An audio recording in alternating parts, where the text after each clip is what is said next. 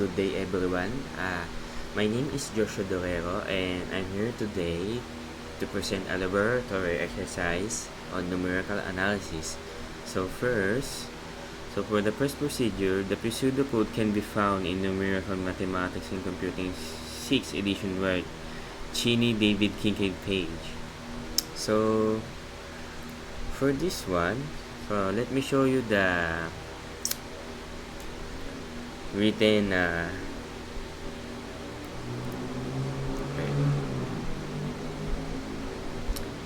let me show you the written code first, written second code. So this one,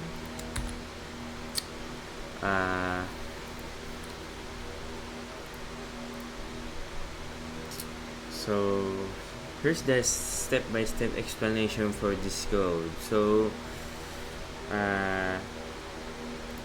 the procedure second close parenthesis F, A, and B, max, and E. So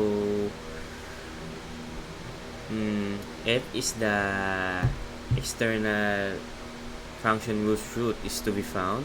A and B are the initial guesses for the root. So max is the maximum number of iterations allowed. E is desired accuracy or convergence criterion.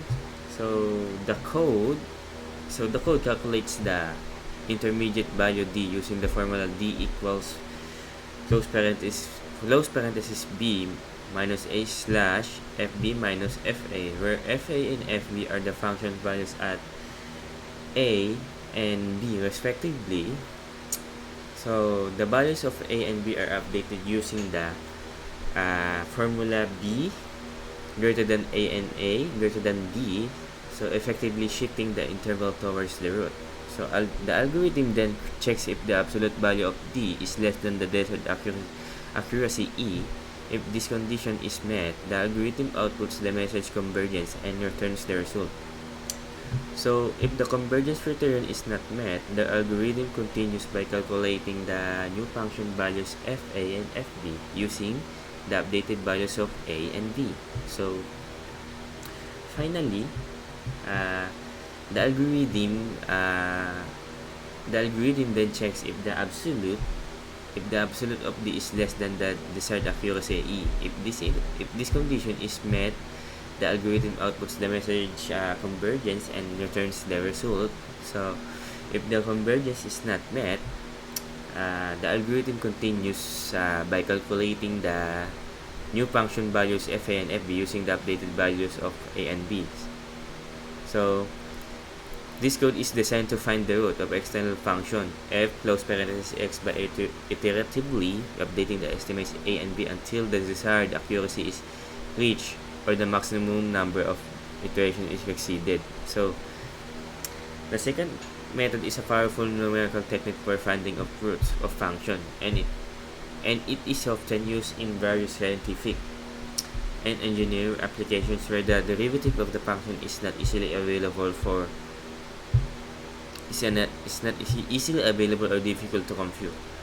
So we're going to the next procedure. So demonstrate the second method using MATLAB. Calculate the roots of a user-defined function with the following specifications. Function target.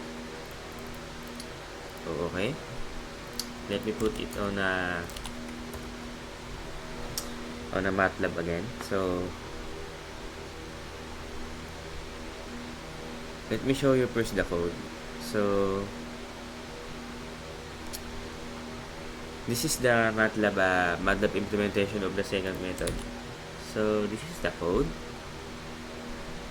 So what is the function of the second method? So the function of second method is f. So f, the user-defined function whose root is to be found. xa, the initial guess for the root, close parenthesis x0. xb, the second initial guess for the root, x1. Tol, the tolerance for the root, and max, the maximum number of iterations. So the function initializes the variables n, fa, and fb. So the second method iterates until the maximum number of iterations n max is reached for the convergence criterion abs close parenthesis d greater than tall is met. So in each iteration, the function calculates the intermediate value d using formula d equals close parenthesis xb minus xa slash fb minus fa. So the values of xa and xb are updated using the formulas xa underscore new equals xb and xb equals xa minus fa times d. So effectively, shifting the interval towards the root. So the new function values fa and fb are calculated using the updated values of xa and xb. So the convergence criterion abs close parenthesis d greater than tall is checked if it is met, the function returns the root. So xb, so if the maximum number of iterations is reached, the function returns the last estimate. So to use this function, you would call it in MATLAB with the user-defined function Fahrenheit close parenthesis a and the initial guesses tolerance and maximum number of iterations as arguments. So for example, this one, I will give you some examples.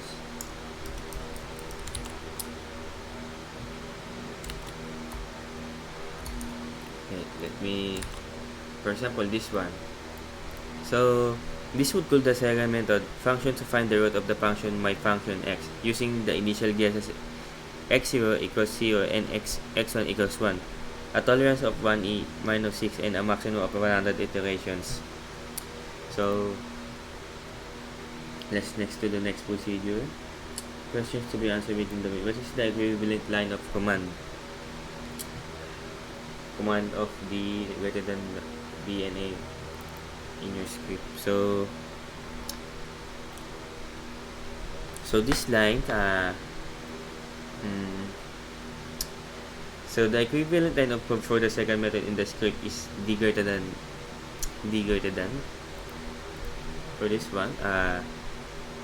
This line calculates the intermediate d using the formula for the second method, which is close parenthesis b minus a slash fb minus fa, where a and b are the initial guesses and fa and fb are the function values at those points. So next, suppose you enter the same arguments to the Newton method and second method. Is there a significant error between the two of them? So the second method is an approximation of the Newton's method, and the two methods will generally produce different results, especially when the initial guesses are far from the true root. The second method does not require the computation of the derivative, which is needed for the Newton's method. This difference can lead to significant errors between the two methods depending on the function and the initial guesses. So what is the advantage of second over the Newton's method in computer implementation? So the main advantage of the second method over the Newton's method in computer implementation is that the second method does not require the computation of the derivative of the function. So calculating the derivative can be computationally expensive, especially for complex functions. The second method uses only function evaluations, which can be faster and simpler to implement. So this makes the second method more suitable for situations where the derivative is difficult or expensive to compute. So at the last part, you conclude problems activity. So from this activity, we can conclude that the second method is a numerical method for finding the roots of a function. So which is another alternative to the Newton's method. The second method has the advantage of not requiring the computation of the derivative, so making it potentially more efficient in certain situations. So however, the two methods can produce different results, and the choice between them will depend on the specific problem and the available information about the functions. So that's for today. Thank you.